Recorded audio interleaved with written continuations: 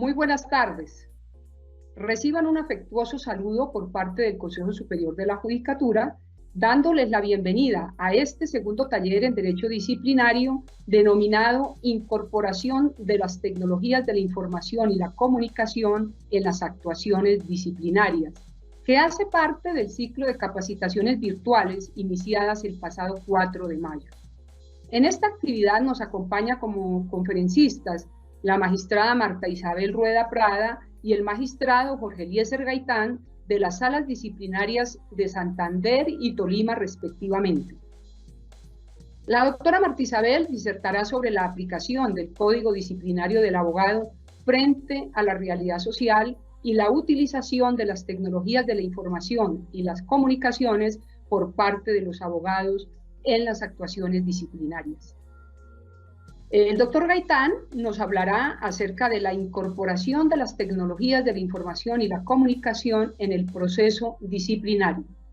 Tan pronto nuestros facilitadores desarrollen su exposición, darán respuesta a algunas de las preguntas formuladas a través del chat disponible en esta transmisión. Bienvenidos todos y por supuesto que las inquietudes técnicas serán atendidas por nuestros servidores de la Escuela Judicial en el mismo chat. Muchas gracias. Quiero darle la bienvenida a la doctora Marta Isabel Rueda Prada. Buenas tardes a la doctora María Lucero, al doctor Omar como coordinador de Derecho Disciplinario, a la doctora Karen y a todos los que han conformado el equipo de trabajo para que podamos transmitir nuestras tesis a ustedes y que sean de debate y de construcción de una normatividad que consulte más la realidad social. El tema que voy a tratar hoy es sobre el estatuto ético del abogado y si este consulta o no la realidad. A través de la experiencia que hemos percibido en nuestra función jurisdiccional disciplinaria, específicamente en Santander, pero que con todos los compañeros magistrados hemos, en otras palabras, compartido ideas. Para ello, quiero decirles a los profesionales y lo mismo a todos los funcionarios en Colombia, que los abogados son parte esencial de la administración. Es una palabrita, digamos, una frase que nos han oído repetir en nuestras decisiones, en toda la jurisprudencia de la Corte Constitucional. Y de pronto ellos mismos se preguntan el por qué toda una jurisdicción de magistrados a cargo de investigar nuestras conductas y si fuera el caso sancionarnos, por qué no un colegio de abogados, por qué, en otras palabras, por qué tenemos que someternos, a diferencia de otras profesiones, a esta prevención y control de tamaña, digamos, naturaleza. La razón de ser es porque ellos son supremamente importantes. Ellos son, en otras palabras, quienes están de cara a la conflictividad social. Los que colaboran esencialmente en morigerar esa violencia que subyace en el seno social. Son tan importantes que tienen esa primera misión de asesoramiento, de consejo, pero más allá lo que le impone la Ley 1123 de cara a la Constitución, la solución de los conflictos a través de los mecanismos alternativos. A ellos se les impone incluso como un deber obligatorio y si no lo utilizan puede constituir falta disciplinaria a voces del artículo 38. Los abogados, en mi concepto, supremamente importantes, son quienes desde un principio todos esos conocimientos jurídicos se los entregan a sus clientes, son quienes con su experiencia también jurídica los ayudan a solucionar los conflictos y es lo que la sociedad conoce. Por ser, digamos, el primer encuentro de un ciudadano que no conoce el derecho, con quienes, en otras palabras, les pueden dar la normatividad y iniciar ese camino de asesoramiento y de solución. Por ello es, en otras palabras, por la misión tan loable que tienen de defender los derechos humanos, de lo que es la ordenación y desenvolvimiento cumplimiento de todas las relaciones jurídicas, los mecanismos alternativos de solución, todas las exigencias del catálogo de deberes consagrados en el artículo 28 de la Ley 1123, que se les considera supremamente importantes. Pero nótese, como todos los profesionales del derecho, nos dedicamos a solucionar los conflictos de los demás y no solucionamos los propios. Y a eso es que motivarlos, a que ellos, con toda la experiencia que tienen, puedan evolucionar el derecho, ser, digamos, puente de construcción de un estatuto ético más acorde a su dignidad como seres humanos que son. Porque desde la tesis que voy a sostener es de que la configuración legislativa de la Ley 1123 del 2007 se aleja muchísimo de la realidad social que nosotros percibimos a través de todos los procesos jurisdiccionales disciplinarios. Como ustedes lo saben, la Ley 1123 consagra un catálogo de deberes a los abogados. La jurisdicción se sustenta constitucionalmente en el artículo 26 de la Carta de Política, cuando señala que ciertas profesiones podrán ser inspeccionadas y controladas, y se considera que lo de los abogados debe serlo así por riesgo que puede generar para la afectación de derechos fundamentales. En la Ley 1123 se señala el catálogo de cara casi al artículo 95, donde están todos los deberes de los ciudadanos en Colombia, y con más verde quienes conocen la normatividad.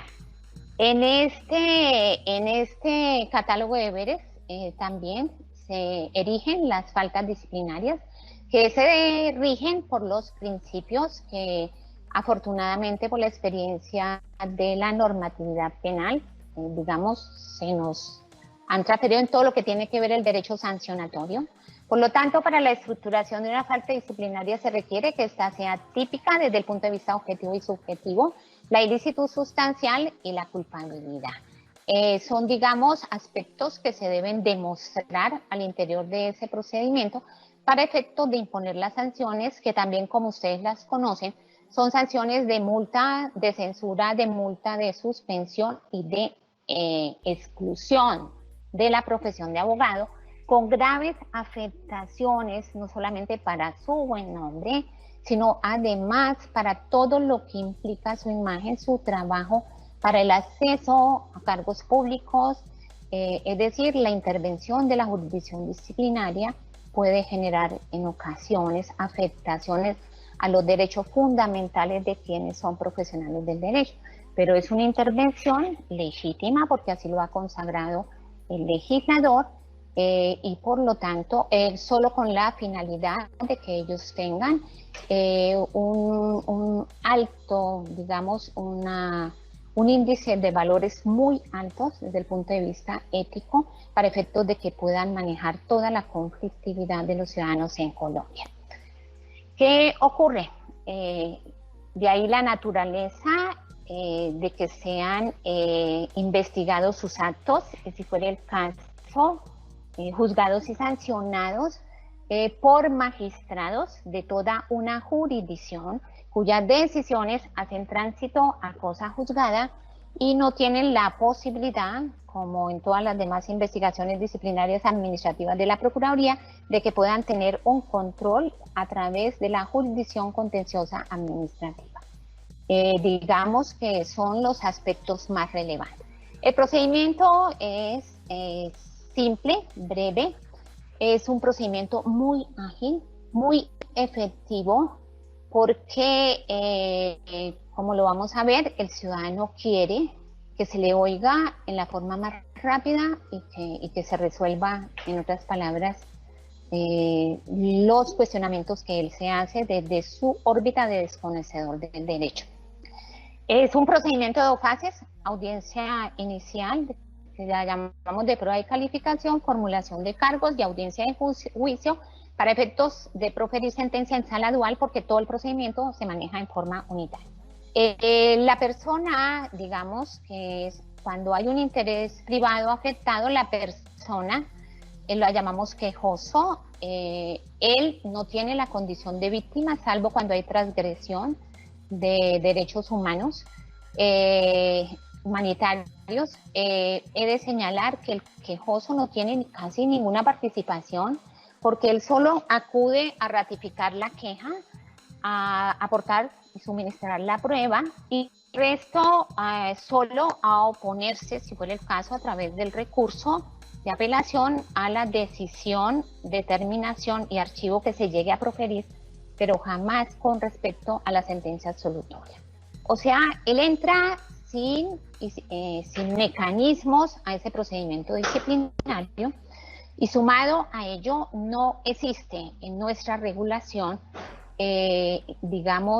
mecanismo alguno que genere reparación a los perjuicios que haya podido sufrir a través de ese ejercicio profesional y a través de esa relación de mandato, de contrato que la regula el Código Civil entre cliente y abogado, en el cual le ha encargado una gestión para efecto de solucionar su problemática. El abogado, esa es la realidad que tenemos. Y ya cuando nosotros,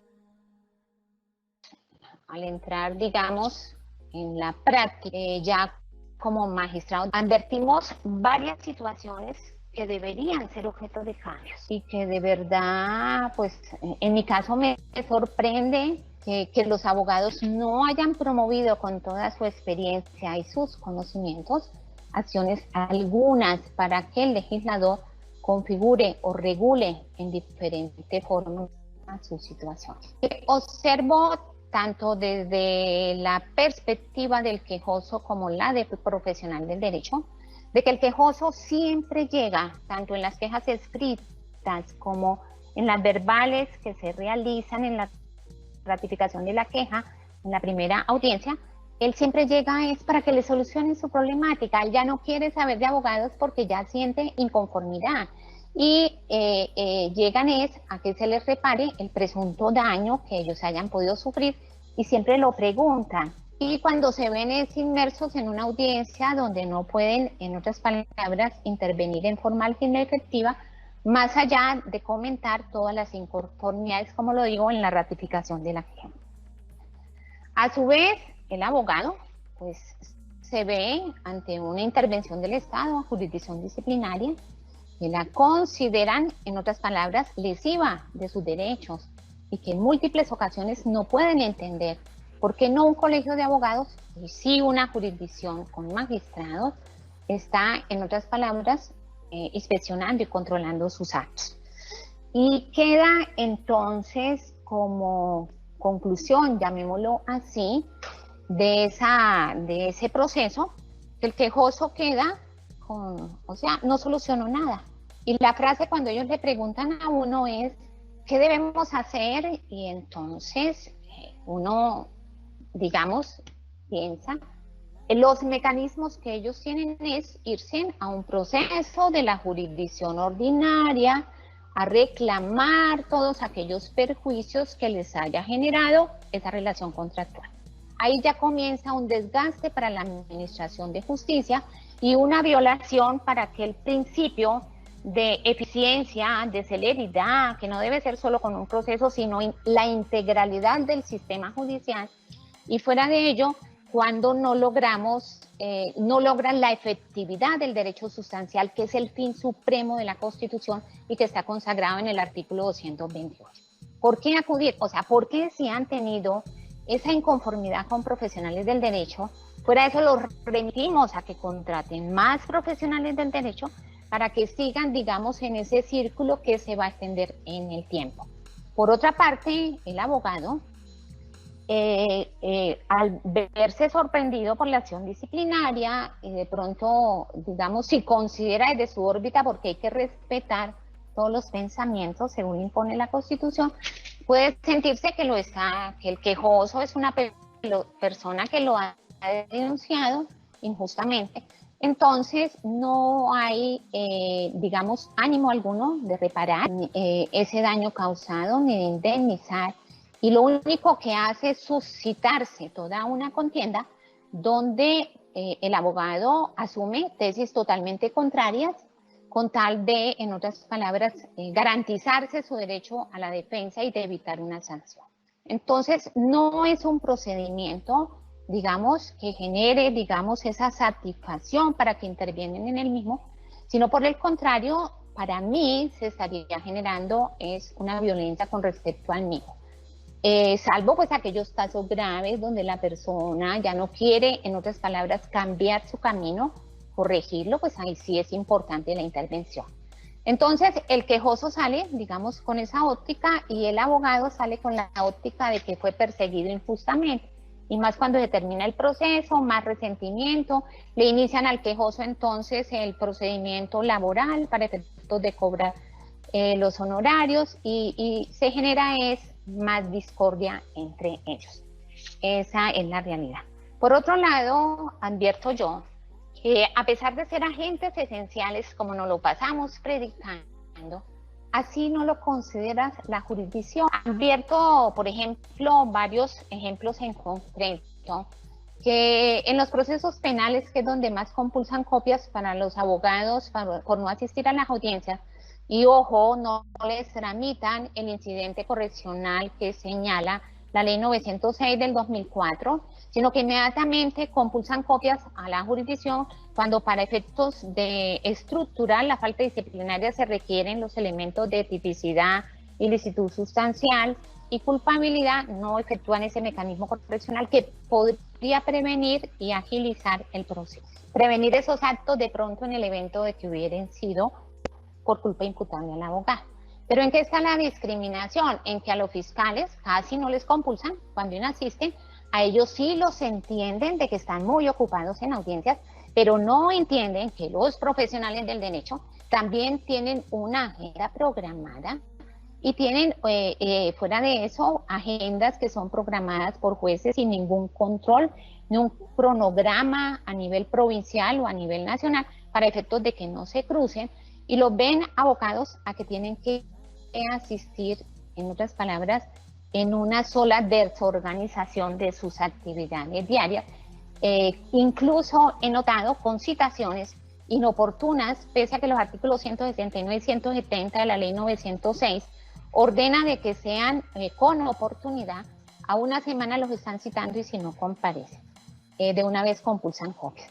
También hay trato discriminatorio porque nótese que no hay, digamos, de parte del Estado, a pesar de que los considera tan importantes, destinación de presupuestos para efectos de la, digamos, de la asociación de ellos y fuera de ellos de la formación. Incluso en la ley 1123 se dice que para el proceso de rehabilitación ellos podrían obtenerla en menos años siempre y cuando realicen los cursos de capacitación que señale el Consejo Superior de la Judicatura. Hasta el momento no tengo conocimiento de que esos cursos se hayan implementado y ya han pasado desde el año 2007 a la fecha 13 años, pero ellos tampoco se preocupan. Para mí deberían formar parte de todo esto con todo el respeto de la capacitación que expone la Escuela Judicial. Debería ser otra mira del Estado para efectos de que ellos, al igual que nosotros, a quienes les estamos imponiendo mecanismos alternativos de solución antes de que acudan ante nosotros, de que ellos también se capaciten, se forman, que tengan, en otras palabras, nuestra ayuda. Y entonces, digamos que esa es la realidad. La propuesta que yo quiero realizar y que también varios, yo creo que la mayoría de compañeros así lo consideran, es, nos preguntamos por qué por qué en el derecho penal existen causales de extinción de la acción disciplinaria, pese a, digamos, así como ustedes lo saben, es la zona de fundamentales, el bien jurídico tutelado, y no por qué en el derecho disciplinario no existe. La propuesta es que existe, que así vamos a lograr parámetros de convivencia y de armonía entre clientes y abogados y les colaboraríamos más en esa misión, en otras palabras, de solucionar a través de sus conocimientos jurídicos los conflictos. La sentencia 884 del 2007, cuando examinó la única causal extintiva fuera de la muerte y de la prescripción. Pero quiero decir, la única causal que parta del consenso entre las personas y del principio de reparación y justicia de que nos hablan, digamos, en el Estado social y demócrata de derecho, la única que hablan es el desistimiento, y resulta que está prohibido expresamente por el artículo 23 de la ley 1123 del 2007. Asimismo, notamos que cuando se repara, que quiero hacer acá el énfasis, son muy pocos los que reparan el daño causado. Son muy pocos. O sea, son muy pocos, y no es porque no quieran rehabilitarse ni quieran seguir ese camino, no, sino la misma circunstancia de considerar que si reparan, de pronto amerita una sanción final. Entonces, ellos intentan defenderse con todos los mecanismos. Además, esa es su esencia, defenderse. Y cuando la otra es como atenuante si reparan el daño. Dice la norma, el artículo 45, literal B, en el evento de que reparen los perjuicios, no se les impondría la exclusión. Entonces, digamos que eso es lo que someramente trae el legislador. Y es por ello la inconformidad de los abogados. ¿Por qué nosotros, mira, de que en todos los procedimientos y en el sistema judicial existe la conciliación, existe la indemnización? Porque fuera de eso sustenta el principio de reparación y de justicia. Existe, digamos, la solución. ¿Por qué? Y entonces,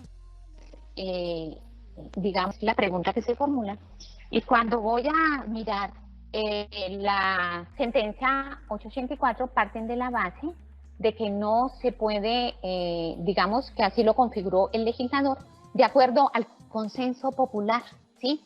Y porque además es tan loable y tan alta sumisión que se requiere de personas con un alto contenido ético. Pero cuando miro esa normatividad, pues sí, sería, digamos, el paradigma de toda sociedad. Pero tenemos que mirar una realidad, cuál es la dignidad del ser humano, que está a través de ese proceso disciplinario y a través de esa regulación que está realizando el legislador.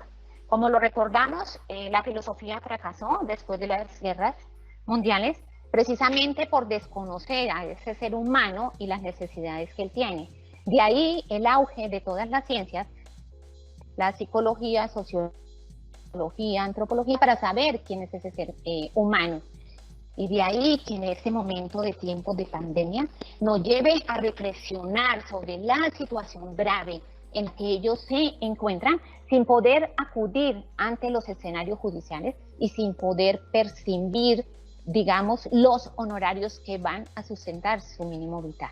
Es que es un ser humano digno en todos los sentidos. Es un ser humano falible, de acuerdo a los principios y directrices que emergen de la Carta Constitucional del 91, que se sustentó, digamos, en todas esas ciencias. Y de ahí que ese ser humano pueda cometer errores, pueda cometer actos, pero también corregirlos, porque eso es lo que se pretende, para efectos de que él pueda evolucionar y tener un alto contenido ético. Pero acá se le mira en este procedimiento disciplinario bajo los criterios formalistas de un Estado liberal, en que el ser humano tenía que ser divino, tenía que ser perfecto, y jamás se le podía entender desde el punto de vista humanístico. Entonces, qué importante tener en cuenta ese primer criterio para efectos de que todos los jueces, los profesionales del derecho, todos, y además en el procedimiento jurisdiccional disciplinario, lo puedan mirar desde esa perspectiva, no desde la altura ética abstracta y real en que lo quieren ubicar, y menos ante una sociedad en crisis, cuando ellos advierten la problemática que tiene la justicia ante los índices en los que nos encontramos. Entonces, es eso, que él tenga, que todos tengamos hacia él una mira diferente, humanitaria. Dirá entonces, no, pero la sentencia si la miramos, dicen que es configurable de acuerdo al fenómeno social que están mirando, pero ya la situación ha cambiado y cambiará a través de los tiempos de pandemia.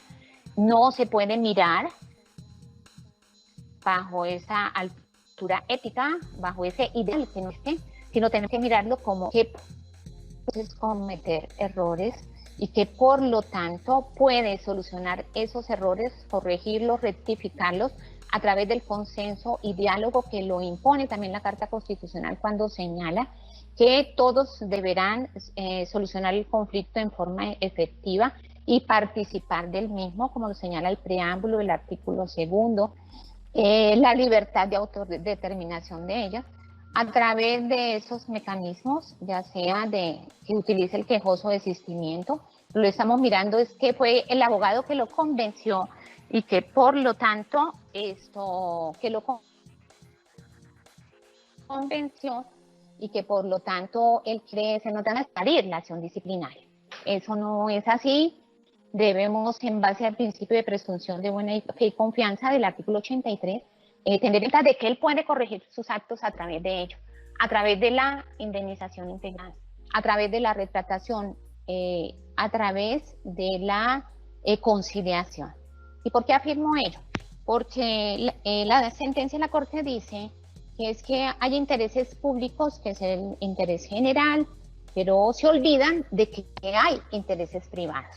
Por ejemplo, en la parte del artículo 32, cuando la persona se siente gravemente injuriada o calumniada, en otras palabras.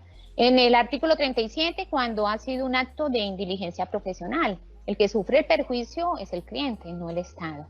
En las faltas disciplinarias de la honradez, del artículo 35, cuando allí están en juego es asuntos de carácter económico. En las faltas entre los colegas, en otras palabras, ya para aquellas faltas que tienen que ver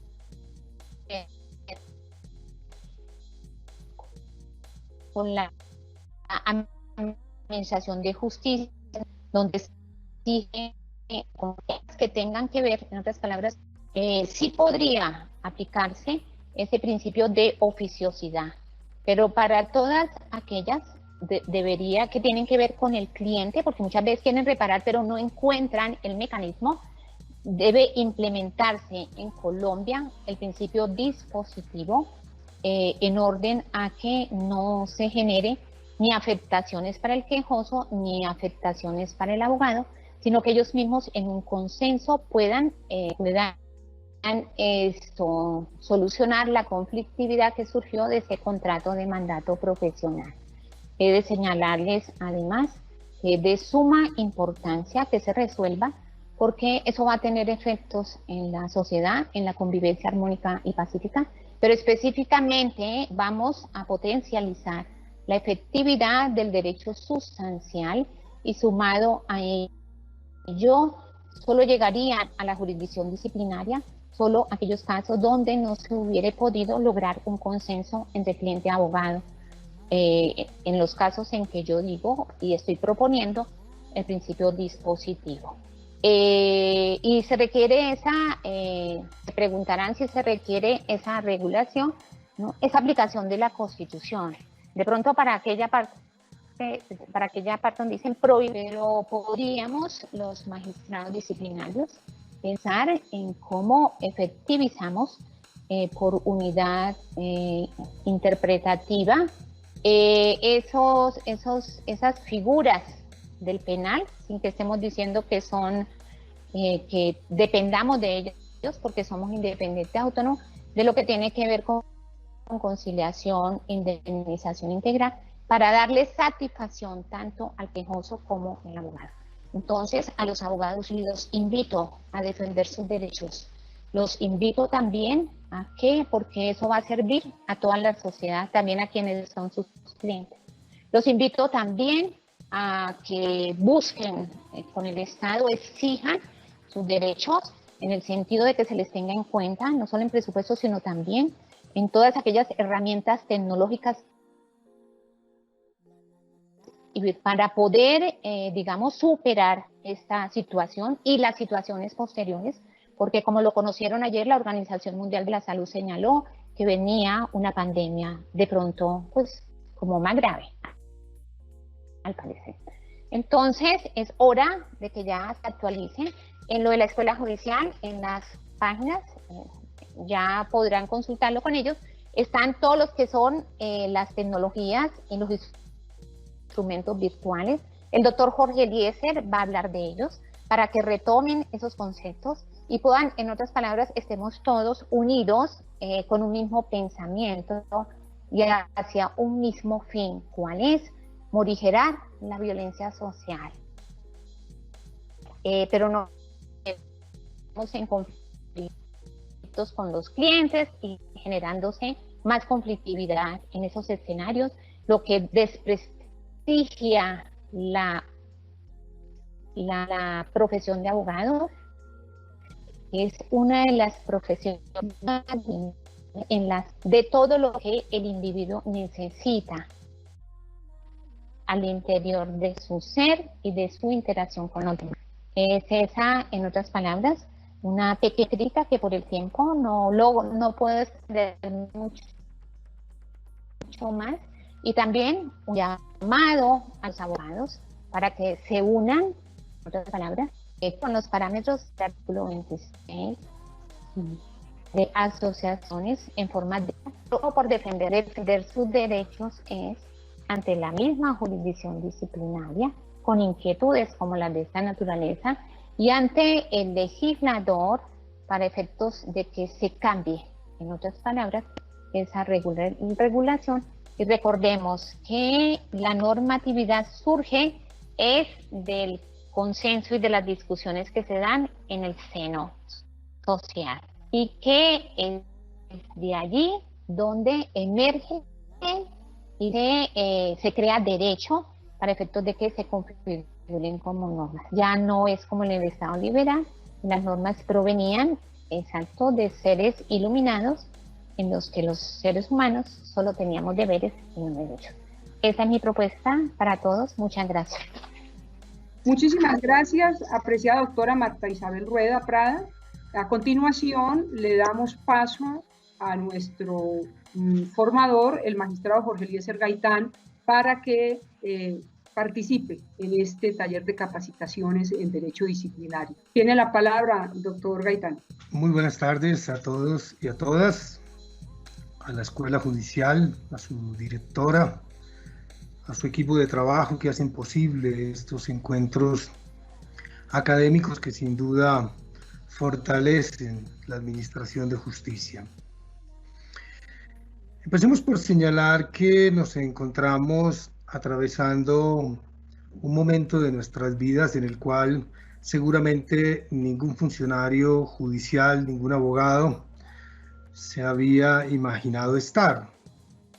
Por cuenta de esta pandemia que afronta la humanidad, hemos sido extraídos de nuestros despachos judiciales, hemos sido separados de nuestros colegas, de nuestros colaboradores.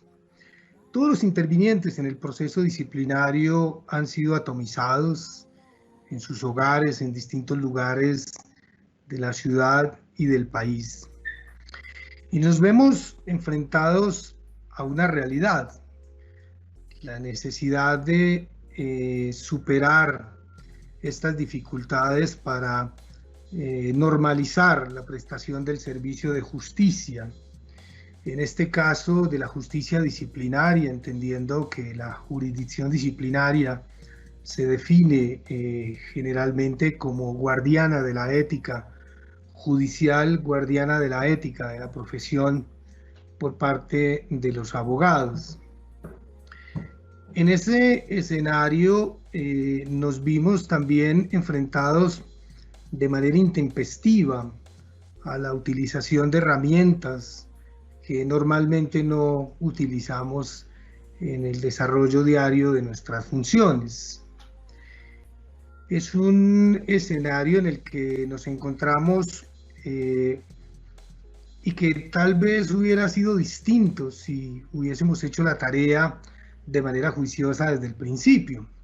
Recordemos que la Ley 270 de 1996, estatutaria de la Administración de Justicia, le confió al Consejo Superior de la Judicatura la gerencia del proyecto de implementación de las tecnologías en la gestión de los procesos judiciales. Sin embargo, han pasado 24 años y nos encontramos casi en el mismo puesto.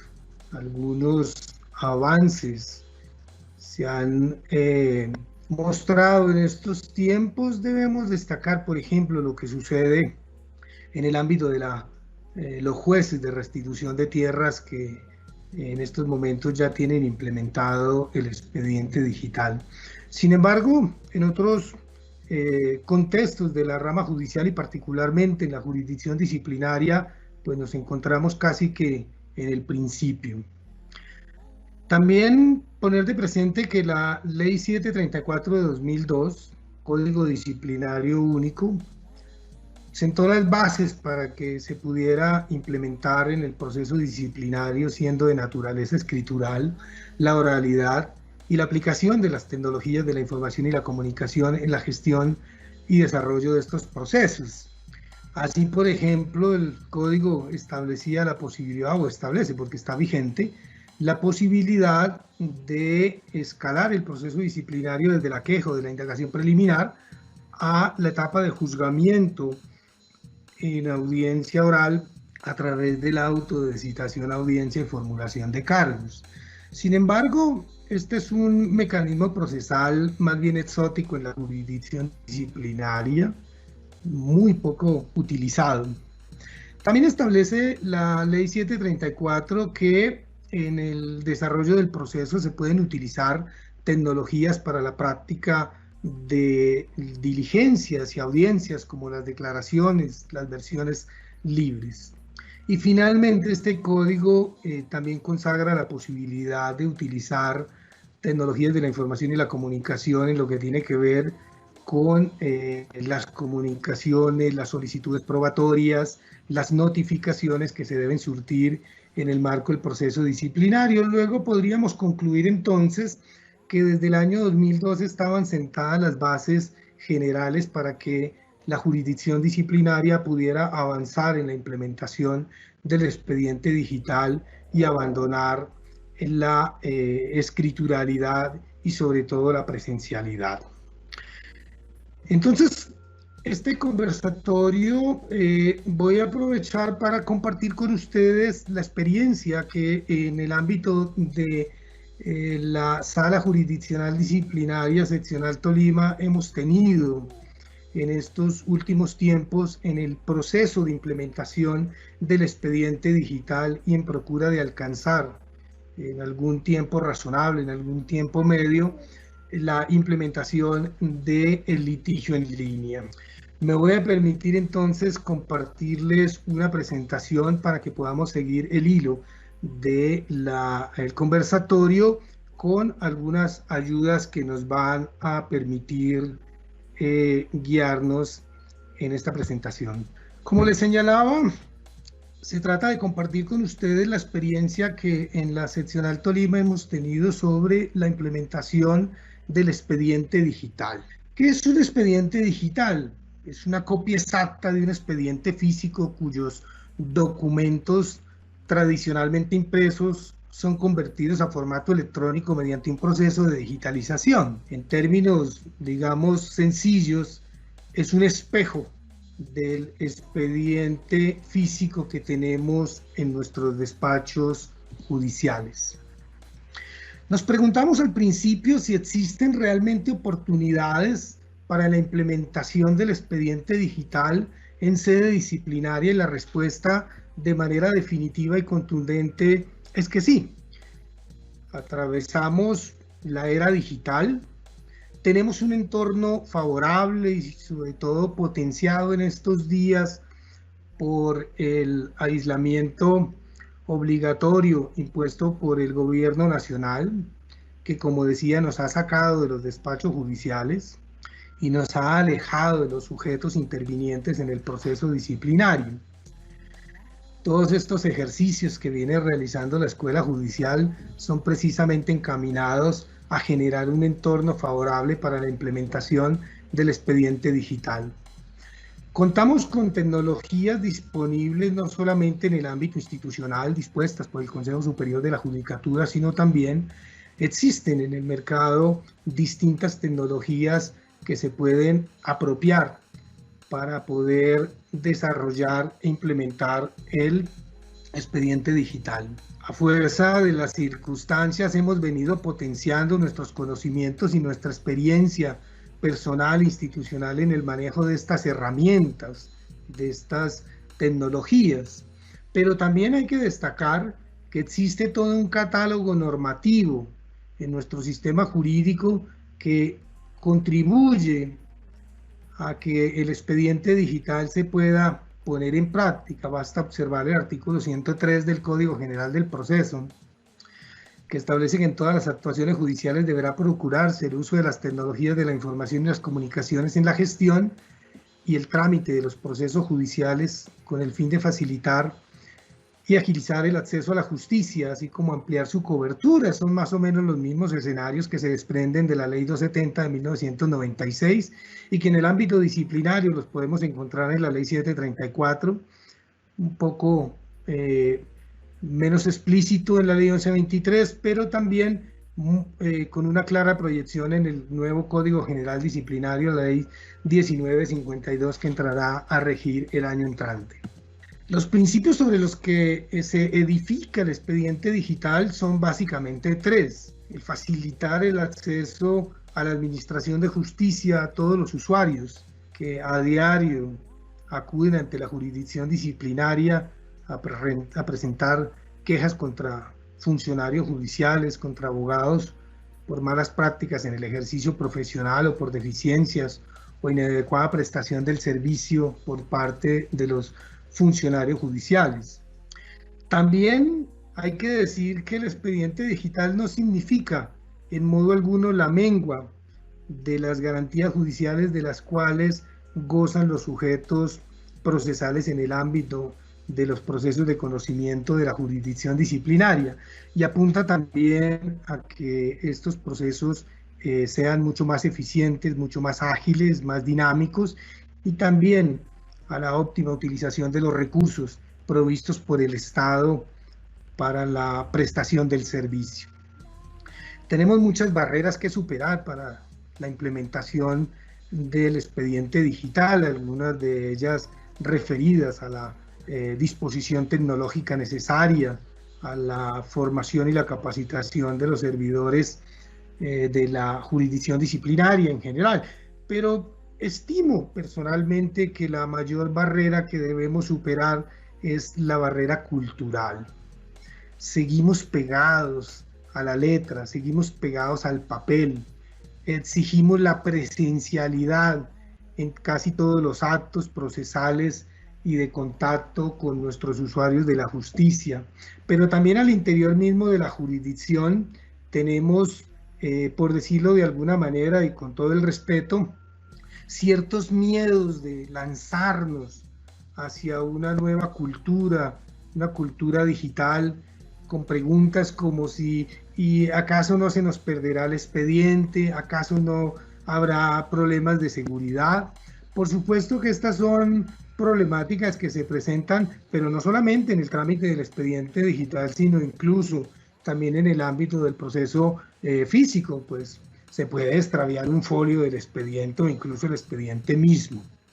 Entonces, creo yo que la mayor barrera que tenemos que afrontar en estos días, y que lo estamos haciendo ahora de manera forzosa en estos tiempos de aislamiento, es la barrera cultural. De implementarse el expediente digital disciplinario, tendríamos, por supuesto, unos logros y unas ganancias muy importantes para la institucionalidad y para el servicio de justicia. Vamos a contribuir de manera muy efectiva en la política ambiental de reducción y encaminamiento hacia la eliminación del papel en el ámbito del proceso disciplinario, pues ello implicaría que a partir de su implementación el expediente sería digital. También implica el mejoramiento de procesos y procedimientos que se generan para la gestión del proceso disciplinario. Tendríamos un mejor uso de las tecnologías de la información y la comunicación, no solamente disponibles, insisto, de manera institucional, sino las que en el ámbito personal casi todos tenemos. Y seguramente esto contribuirá de manera muy positiva y muy efectiva en el objetivo de lograr la descongestión judicial. Las herramientas básicas que se utilizan para desarrollar el expediente digital son un escáner que nos permita digitalizar los documentos físicos, herramientas de registro de datos como Microsoft Excel, en donde vamos a manejar el índice digital, en donde vamos a manejar el directorio digital de cada uno de nuestros expedientes, las bodegas de almacenamiento que reemplazan los estantes de nuestras secretarías y de nuestras bodegas de archivo por bodegas virtuales de almacenamiento que bien pueden ser según el volumen que se maneje en el PC de los despachos, en un disco duro extraíble, o se pueden utilizar también herramientas virtuales como OneDrive o SharePoint. Estos días ha sido claramente indicativo de la necesidad de establecer mecanismos y herramientas de trabajo colaborativo remoto que nos permitan avanzar en la gestión de los procesos disciplinarios a cargo. Una de las herramientas básicas que se pueden utilizar para estos efectos es Microsoft Teams, que está en el paquete de Office 365 y que, como hemos visto en estos días, la Escuela Judicial se ha encargado de masificar ese conocimiento para facilitar el manejo de esta herramienta que es muy sencilla y muy intuitiva para todos los servidores de la justicia. Y finalmente, tener un correo electrónico preferiblemente institucional, a través del cual se haga todo el tráfico de mensajes y documentos. Sería muy deseable que se cuente con un certificado digital, una firma digital, que nos permita darle mayores atributos de seguridad jurídica, integridad y autenticidad, tanto a los mensajes como a los documentos que se circulan a través de estos medios electrónicos, teniendo en cuenta que ya abandonaríamos el expediente físico. Como decía, una de las principales tareas para implementar el expediente digital es el de contar con directorios electrónicos. Les pongo como ejemplo el Distrito Judicial del Tolima, en donde los jueces de la República, 196, en su totalidad cuentan con correo electrónico institucional. Lo mismo sucede con los fiscales, con los procuradores judiciales y con los defensores públicos. En algunos casos, en algunas ciudades existen jueces de paz que también tienen correos electrónicos, en un porcentaje un poco menor el de auxiliares de la justicia, y por ejemplo en la ciudad de Ibagué tenemos digitalizado el directorio electrónico de aproximadamente el 90% de los abogados que de manera habitual ejercen su profesión en este distrito judicial. Ello nos permite librarle las comunicaciones a través de este medio electrónico, informándoles sobre las aperturas de investigación, sobre las decisiones que se van adoptando en el marco del proceso, sobre las fechas de realización de las audiencias o la reprogramación de estas, entre otras. Al hablar del expediente digital, tenemos que hablar también de unos roles, de los distintos roles que deben desempeñar los distintos actores del proceso, entre ellos las acciones del despacho de conocimiento del proceso. Es el encargado del armado del expediente digital, como dijimos, utilizando un escáner para subir los documentos en formato PDF. Es el encargado de impartir las decisiones de impulso y de fondo. En el caso nuestro, las decisiones se preparan, se proyectan en medio digital, se firman de manera digital y se incorporan al expediente digital en formato PDF para transmitirlo a los distintos sujetos procesales. El despacho también es el encargado de realizar las diligencias y audiencias. En el caso de los expedientes digitales de abogados que manejamos en nuestra seccional, En el curso de la audiencia es posible que se decreten y practiquen pruebas, algunas de ellas documentales, que se digitalizan y se incorporan en el marco de la misma diligencia en la carpeta del expediente digital. Muy importante tener en cuenta que la responsabilidad del manejo, de la custodia, de la seguridad del expediente recae en el despacho.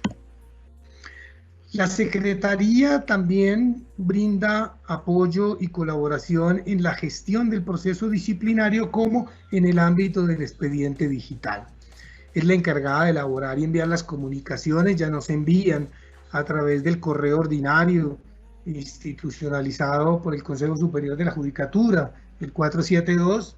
Ya no tenemos un empleado que se encarga de armar las sobres y de diligenciar las planillas de envío y llevarlas hasta el correo, sino que una vez generado el documento se firma digitalmente y se remite a través de medio electrónico a cada uno de los interesados. La Secretaría realiza las notificaciones, algunas de ellas, por supuesto, se pueden hacer por medio electrónico, las que no, se realizan de manera física, pero se digitalizan y se incorporan a la carpeta del expediente digital. Lo mismo ocurre con las constancias de control de términos que hace la Secretaría Judicial.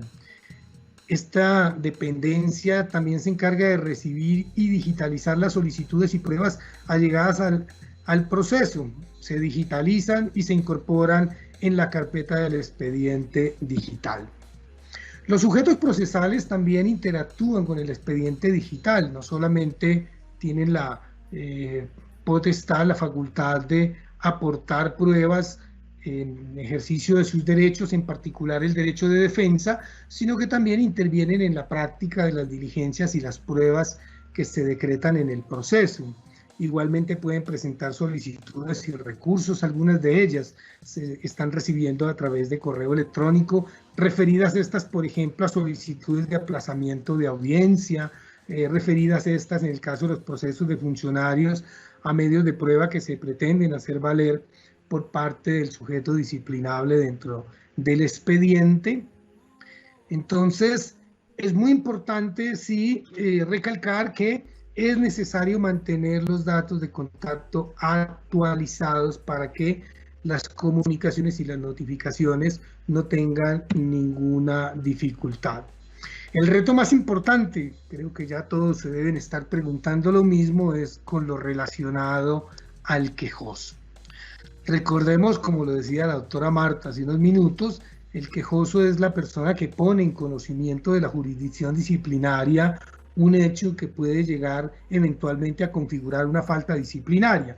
Y el legislador ha previsto la posibilidad de que pueda posteriormente ampliar esa queja, presentar, aportar los medios de prueba que tenga en sus manos y que puedan servir al objeto de la investigación disciplinaria. También establece, en el caso del Código Disciplinario de los Abogados, la necesidad de comunicarles la fecha de realización de las audiencias y ellos tienen la potestad de acudir a las mismas, si bien con unas limitaciones muy importantes relacionadas a su participación en la producción de los medios de prueba y el dinamismo que tiene el proceso disciplinario. Es igualmente importante recalcar aquí que es muy necesario mantener actualizados los datos de contacto. Allí digamos que el trabajo es mucho más fuerte que frente a los fiscales, a los jueces, al Ministerio Público, relacionado con la posibilidad de las comunicaciones electrónicas. Pues en muchos de los casos la queja está presentada por personas que no residen en el lugar de asiento de la sala disciplinaria, en municipios o en algunas comunidades alejadas, con muchísimas limitaciones en el término de comunicaciones y por supuesto de acceso a estas herramientas.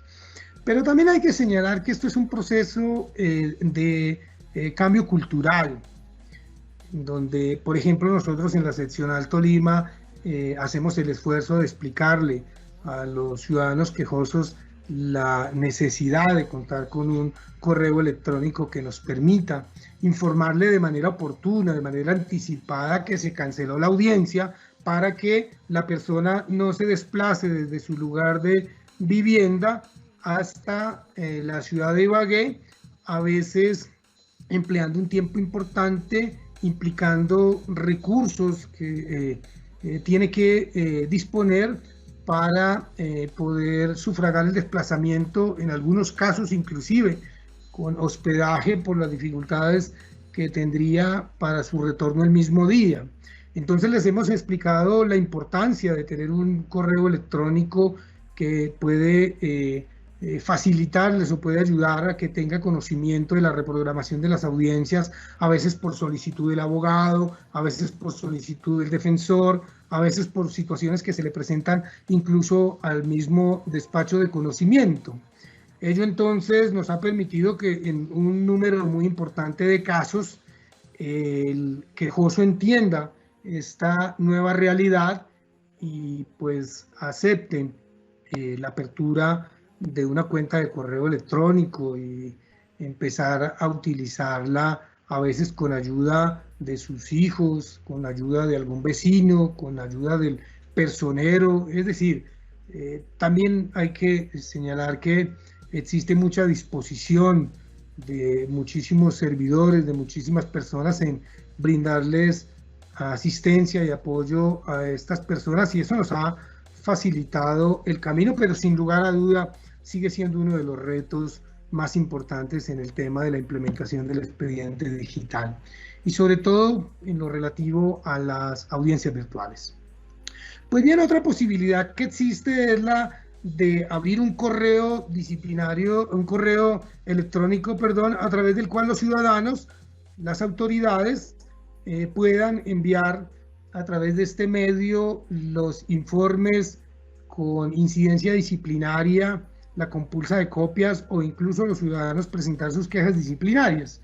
Pues fíjense ustedes que en estos tiempos de pandemia, que además según informaciones oficiales podría extenderse por un tiempo importante, ha impedido que las personas salgan de sus hogares y vayan hasta las oficinas judiciales a radicar los escritos de queja.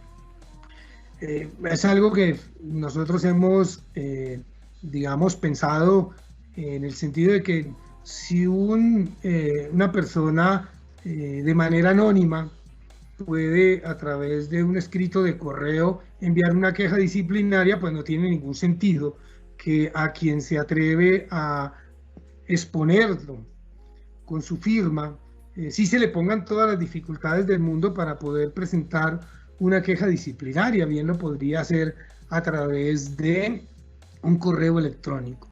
Recordemos también que la acción disciplinaria es de naturaleza pública, es decir, el quejoso en últimas, y teniendo en cuenta las limitaciones que la ley establece para su intervención en el proceso disciplinario, se constituye casi como en un informante, pues que el titular de la acción disciplinaria es el Estado. Luego hay que buscar mecanismos que permitan facilitarle a los usuarios el acceso a la administración de justicia, por eso puede ser a través de un correo electrónico en donde la persona diligencia un formato. En el caso de la seccional Tolima lo encuentra en la página web con un instructivo muy detallado, hecho para personas sin formación jurídica, que le permita diligenciar adecuadamente el formulario y entregar la información adecuada y necesaria y completa para poder valorar la posibilidad real del ejercicio de la acción disciplinaria. Ellos podrían escanear ese documento con sus anexos y enviarlo al correo de la seccional. La seccional tomaría la carátula del formato, la envía también a través de medio electrónico a la oficina judicial para que se haga allí el registro y el reparto de la queja sin necesidad de enviar la queja completa y muchísimo menos los anexos. Eso facilita el tráfico digital, hace más eficiente y más ágil la gestión, y una vez se haga el reparto por parte de la oficina judicial regresará a la seccional con el número de erradicación y el despacho de conocimiento para que se empiece a gestionar la conformación y la gestión del expediente digital. Las fases de implementación son básicamente 4. La conformación del expediente mediante la digitalización de los documentos físicos que lleguen en aquellos eventos en los que no se remite la queja por vía electrónica, la organización y identificación del expediente digital, la elaboración del índice y del directorio digital para cada uno de los expedientes y finalmente lo relativo al almacenamiento en los términos ya indicados. La digitalización del expediente, como ya decíamos, es en realidad un espejo de un expediente físico. Allí se toma hoja por hoja, se escanea en formato PDF, cada cara del documento equivale a un folio en el expediente digital.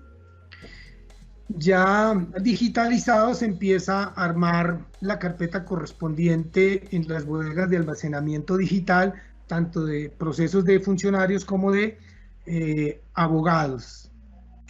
Así se vería este trabajo. Pasamos de la estantería llena de expedientes y de documentos, lo digitalizamos y lo depositamos en cada una de las bodegas de los expedientes digitalizados, bien sea de abogados o de funcionarios. Al abrir alguna de estas bodegas vamos a encontrar allí las carpetas correspondientes a cada uno de los expedientes y al abrir una de estas carpetas allí vamos a encontrar los documentos que conforman el expediente como tal, el directorio electrónico del expediente y el índice digital.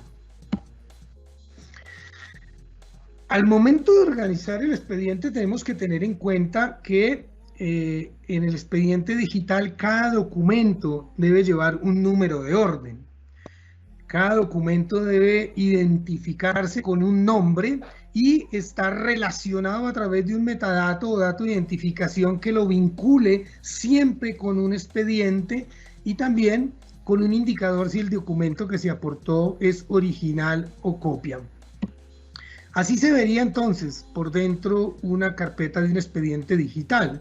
El número de orden 1, 2, 3, 4, etcétera. El nombre de los documentos incorporados, carátula, queja, acta de reparto, constancia secretarial, etcétera. El metadato o número identificador de todo documento referido al expediente al que pertenece para evitar que si mañana se presenta alguna confusión de algún colaborador en el armado del expediente y se ingrese a una carpeta que no corresponde, pues teniendo el metadato que permite vincular ese documento a un único expediente, se podría facilitar su integración al expediente que corresponda. Y también ustedes pueden observar que allí tiene un indicador de si el documento ha llegado al expediente es original, indicador 1, o es copia, indicador 2. Este ya es un proceso en el que hemos avanzado, es un proceso de abogados en el que ya hemos avanzado hasta la primera audiencia, quedando convocada su continuación para otra. Como decía, cada expediente debe estar conformado con un índice elaborado preferentemente utilizando la herramienta de Microsoft Excel, debe estar en permanente actualización y cada persona que tiene acceso al mismo debe registrar sus iniciales para establecer los movimientos que ha tenido. Pueden ustedes observar que el índice de este expediente tiene el ID o identificador del documento, siempre es el mismo, es el metadato que vincula a cada uno de los documentos con un único expediente, el nombre del documento que se incorpora, el tipo de documento y además de si el mismo es en original o copia, si es un documento, si es un video, la fecha de creación del documento, fecha de incorporación, el número de orden en el expediente que no corresponde necesariamente a la foliatura porque el número de orden, por ejemplo, en este caso de la queja es 2, pero la queja traía varios folios. De la misma manera está integrado el directorio del expediente digital también utilizando la herramienta de Microsoft Excel. Insisto, es necesario estar muy atentos a mantener actualizado este índice. Allí consignamos el metadato vinculante del índice y del directorio a un único expediente con los datos de la persona interviniente en el proceso disciplinable, quejoso, apoderado, defensor, el agente del Ministerio Público, con su dirección electrónica, su dirección física y su teléfono de contacto, pues en algunos casos o el correo puede rebotar o a veces no se cuenta inicialmente con el correo, entonces utilizamos el mecanismo físico o el teléfono para solicitarle que nos suministre el correo electrónico para enviarle las comunicaciones y notificaciones de manera oportuna, lo que por supuesto es mucha garantía para el ejercicio de sus derechos. Pensemos, por ejemplo, en una sala disciplinaria en donde la agenda de audiencias está proyectada en 3 o 4 meses hacia adelante. Pues apenas se declara la apertura de investigación, en este caso de los expedientes digitales, se puede compartir el expediente hasta donde está conformado con el Ministerio Público y con el sujeto disciplinable, que obviamente de manera anticipada, además de manera gratuita, no tienen que obtener copias del expediente, conoce la queja, conoce los hechos por los cuales es llamado a la jurisdicción disciplinaria y puede preparar con suficiente tiempo su defensa. El almacenamiento del expediente digital, ya dijimos, puede ser de varias maneras. Si no es un volumen muy importante de asuntos, se puede manejar en el PC del despacho a través de un disco duro extraíble que se consigue con facilidad en el mercado, o a través de bodegas virtuales como las que trae Office 365, OneDrive o SharePoint. Expediente digital y audiencias virtuales no es lo mismo, sin embargo, es una herramienta muy útil para agilizar el trámite de las audiencias. Pensemos, por ejemplo, en el caso de la jurisdicción disciplinaria, procesos de naturaleza escritural como los de la Ley 734 contra funcionarios judiciales, en donde puede existir la posibilidad de que el funcionario judicial investigado o bien rinda versión libre a través de alguno de estos mecanismos, puede ser a través de Microsoft Teams, de la herramienta Zoom, de Skype o de WebEx, o a través de las herramientas que nos ofrece el Consejo Superior de la Judicatura por intermedio del CENDOC. O bien podría rendir su versión libre por escrita y suministrarla por vía electrónica para ser incorporada al expediente digital. Lo mismo puede ocurrir en aquellos procesos de abogados en donde de manera oficiosa se adelanta un proceso contra un profesional del derecho, es decir, no hay quejoso, y en principio, digamos, para la primera audiencia estarían convocados el abogado investigado y su defensor si lo tiene, y el delegado del Ministerio Público. Este tipo de audiencias que son, digamos, de más fácil manejo, se pueden implementar con muchísima facilidad y quedarían incorporadas de una vez en el expediente digital, obviamente continuando la gestión del mismo como lo hemos mencionado. Para terminar, deberíamos señalar que el paquete de herramientas que ofrece Microsoft 365 y que está disponible para los funcionarios judiciales trae una multiplicidad de herramientas que nos facilitan y nos ayudan en este proceso de implementación del expediente digital.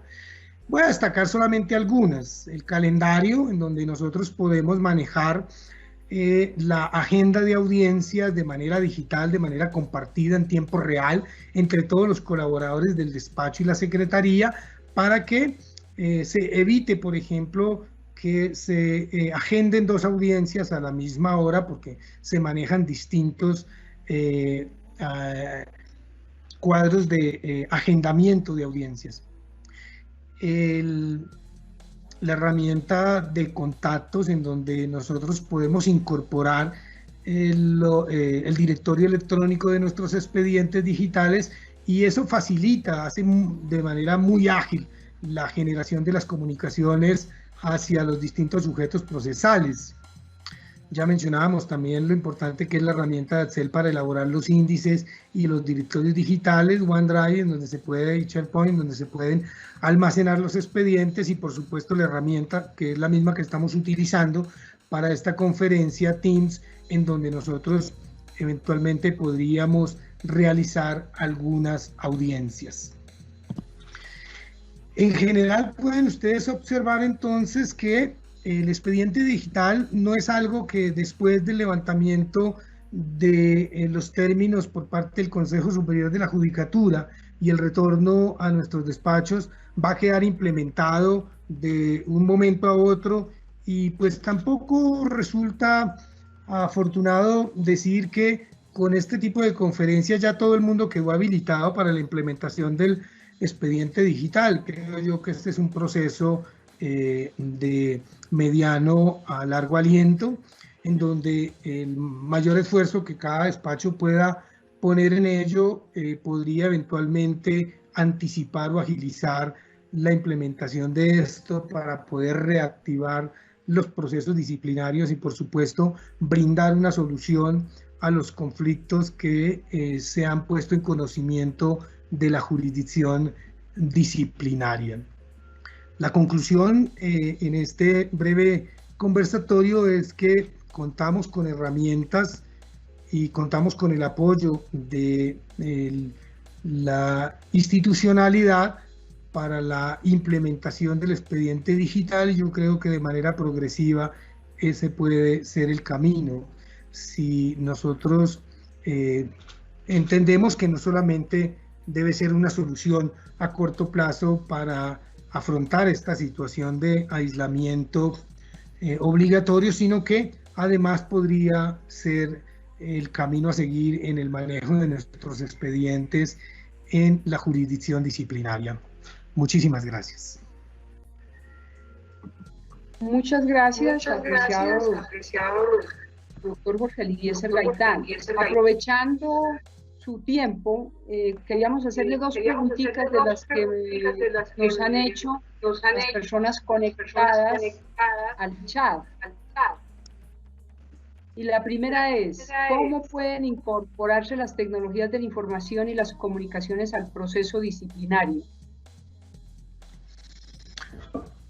Bueno, lo primero es volver a insistir en que contamos con herramientas institucionales como los paquetes que ofrece Office 365, el apoyo que nos puede brindar, por ejemplo, el SENDOC.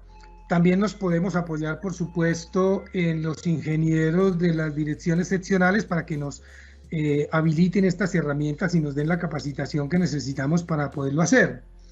Lo demás es, yo creo, un cambio de cultura y es una disposición al cambio que en esta época de pandemia nos está forzando la humanidad a que debemos, por ejemplo, empezar a desarrollar opciones de trabajo colaborativo. Vea usted, doctora, aprovecho no con el ánimo de hacerle propaganda a la seccional Tolima, pero en estos tiempos de suspensión nosotros hemos gestionado 298 diligencias que incluyen la elaboración de autos interlocutorios y sentencias, además del trámite de tutelas y habeas corpus, utilizando estas herramientas y sobre todo herramientas colaborativas como Teams.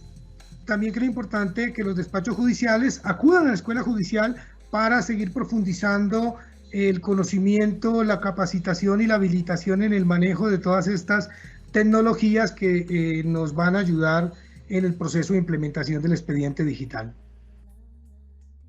Muchas gracias, magistrado Jorge Eliezer Gaitán Peña, y le doy paso a la magistrada Marta Isabel Rueda Prada para que nos pueda responder algunas de las preguntas que nos han hecho a través del chat nuestros seguidores en esta transmisión de la actividad académica. Tiene la palabra doctora María Isabel Rueda.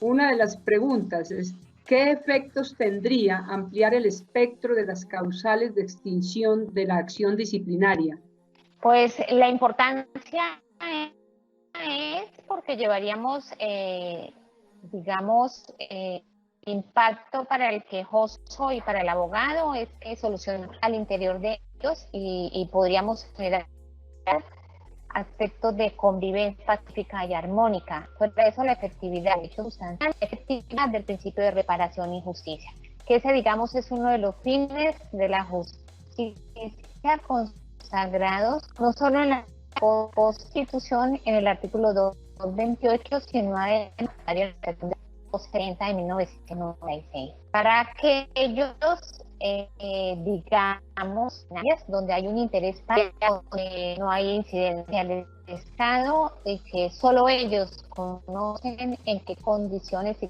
carácter de jurisdicción disciplinaria, porque cumpliría sus cuando afectan al Estado, a la administración del Estado, por conocimiento de todo el flujo de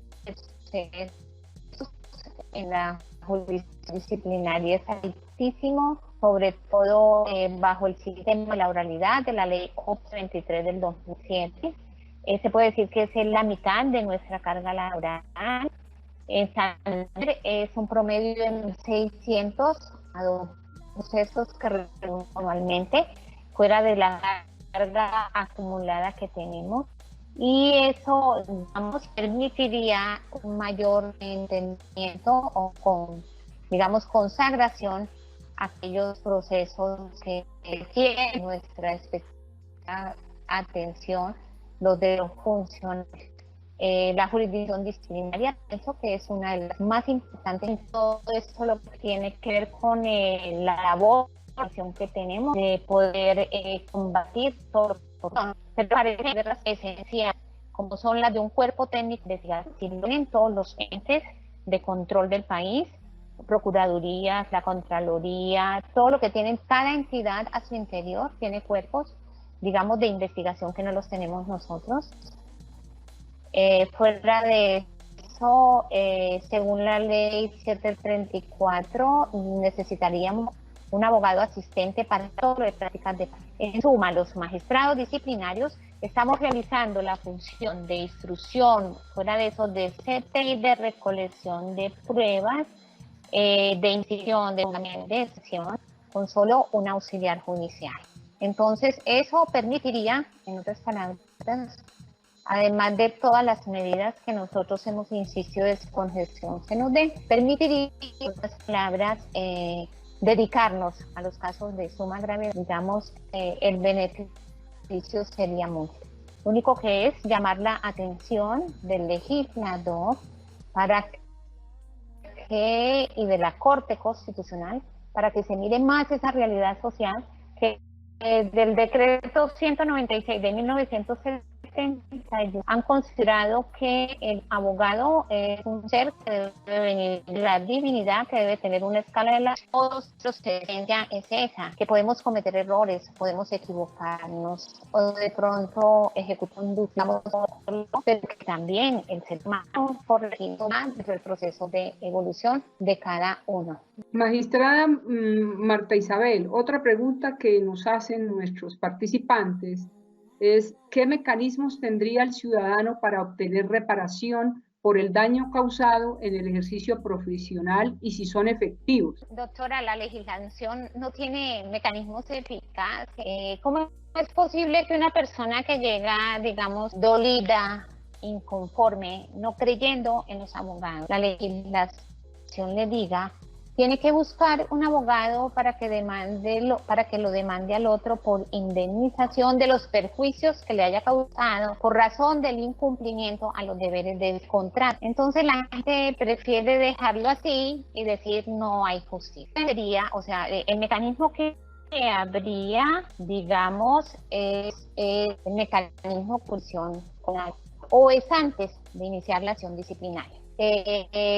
Sería acudir a la jurisdicción ordinaria para efectos de demandar, pero eso genera más congestión para el Estado y yo creo que esa no puede ser la política y de un sistema judicial que lo que pretende es descongestionarse para que solo queden, digamos, en su dimensión los procesos que sí requieren la necesidad de intervención de un juez de la República o de un magistrado de la República en este caso.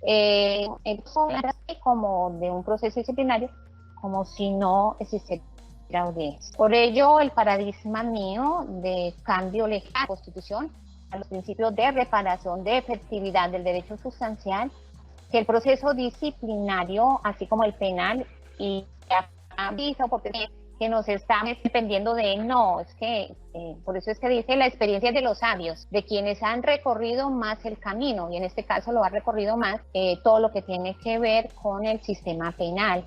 Entonces de ellos podemos tomar, digamos, todas estas figuras jurídicas para efectos de poder dinamizar esos principios constitucionales de la efectividad del derecho sustancial, y que los quejosos y presuntamente afectados con esa relación profesional logren, en otras palabras, un restablecimiento de su derecho, que es el fin último de un Estado social y demócrata de derecho.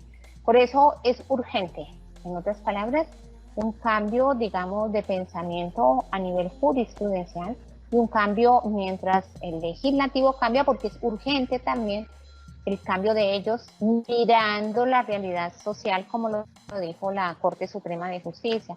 Incluso en esa sentencia de la Corte Constitucional, en la sentencia 884, ella fue muy clara al señalar los guacolatis. Señalaba la Corte que es una competencia exclusiva del legislador, que en el desarrollo de su libertad de configuración de los procedimientos las establece previo el ejercicio de ponderación que efectúa de los fenómenos de la vida social, que tipifica como delitos y del mayor o menor daño que en su criterio ciertos comportamientos pueden estar causando o llegar a causar en el conglomerado social. Entonces es eso, llamar la atención a todos, porque realmente tanto abogados como quejosos lo que quieren es, una vez ejercitada la acción disciplinaria, solucionarla de la mejor forma a través, digamos, de esas reparaciones, o incluso a través del incidente de reparación integral posterior a la sentencia, que también existiere, para que el quejoso pueda salir satisfecho en su bien.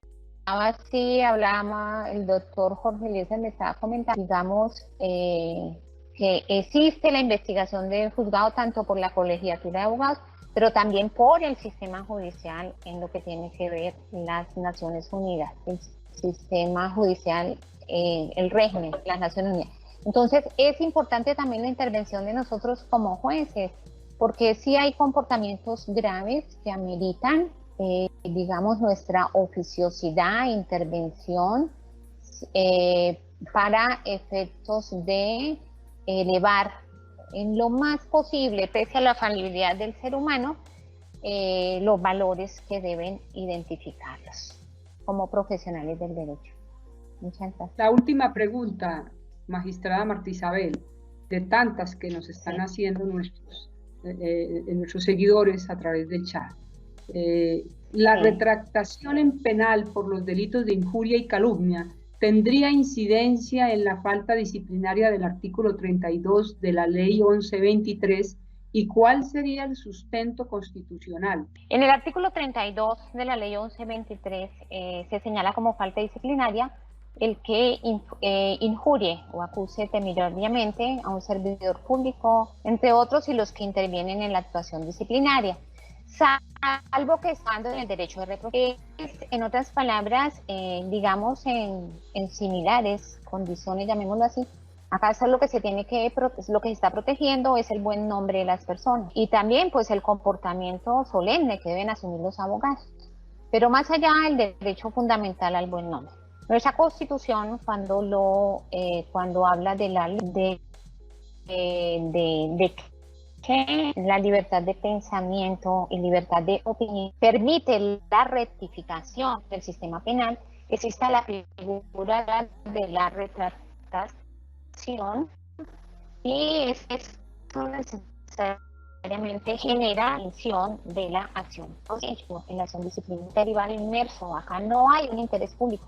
De pronto podría afirmarse que ese interés público sería digamos, la solemnidad y el decoro que deben tener los abogados, pero la norma lo etiqueta es como, digamos, el deber que se tiene de ser respetuosos en todo lo que tienen que ver las diligencias judiciales. Entonces, nos encontramos final porque también han sido acción disciplinaria, en otras palabras, continua, forma directa, aplicar ese artículo constitucional en el que permite la rectificación, en otras palabras, la rectificación, porque es que toda la ideología constitucional gira en torno a la dignidad del ser humano. Somos dignos, somos infalibles, o sea, no somos los infalibles que quiso crear este libro. En otras palabras, mirándolo desde esa perspectiva constitucional, quiere decir que no nos hemos seres humanos, pero por esto tenemos que ir más de cara al humano, a ese tratar de solucionar. Qué mejor manera ya el legislador podría colocar obstáculos para que a esta posición no convierta en alguna vez. Algunos problemas de sonido. Agradecemos inmensamente sí, a doctora, nuestros qué pena. formadores. ¿Sonido? No se preocupe, doctora. Agradecemos inmensamente de su participación. Apreciada doctora Marta Isabel y doctor Jorge Eliezer Gaitán, ustedes han concluido en algo muy importante, es que la mayor barrera que debemos superar es la cultural y que precisamente esta coyuntura provocada por la pandemia nos empuja inexorablemente a saber, a capacitarnos en la utilización de las plataformas tecnológicas y todas las herramientas colaborativas de Office 365 de que hablaba el doctor Gaitán. Ese es un reto, un desafío, en la certeza que todas las grandes crisis traen grandes oportunidades. Y esta es una oportunidad para que todos los servidores de la rama judicial y los actores del sector justicia puedan utilizar los entornos y herramientas digitales con el fin de fortalecer las competencias y, por supuesto, mejorar la gestión judicial y administrativa. Muchísimas gracias a todas las personas que han estado conectadas. Más de 1.036 personas, me informan, han estado conectadas a este taller de capacitación en Derecho Disciplinario.